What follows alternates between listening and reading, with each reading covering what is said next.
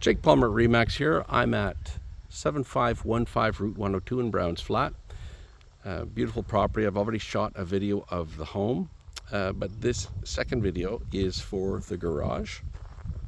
And I'm going to shoot a third video for the barn itself. I did want to shoot a separate video for the garage just because, a lot of buyers, the garage needs to be a place to park a car. But for some of us, a garage is a place that's going to be a hobby space, a workshop, a social area, or business potential. And so this one, I think, is worth kind of pointing out a few details. First, and most notably, is the size. It's 30 feet deep and 40 feet wide, so it's a really large garage. You can see it is fully insulated. The walls are actually drywalled. And it's got a 100 amp panel. The slab is in great shape.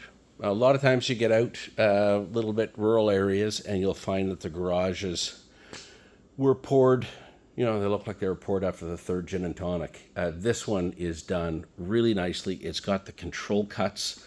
A lot of times if a garage isn't done well, you'll get heaving and cracking around the garage doors, especially if there's not enough of a footing. Garage door, the floor starts to lift. This one is just in great shape. And again, as you can see, lots of windows. 2 large garage doors. And so there's lots of space here, whether it's to use as a hobby space, whether it's to use for a business of some sort.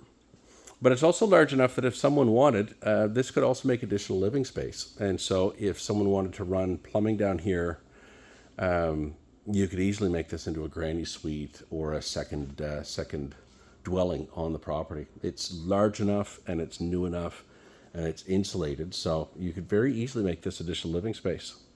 But for someone who's inclined to use it as a hobby space, it's really, really hard to beat in terms of insulation, having lots of power, lots of lighting, and just being a nice, pleasant, dry, warm workspace.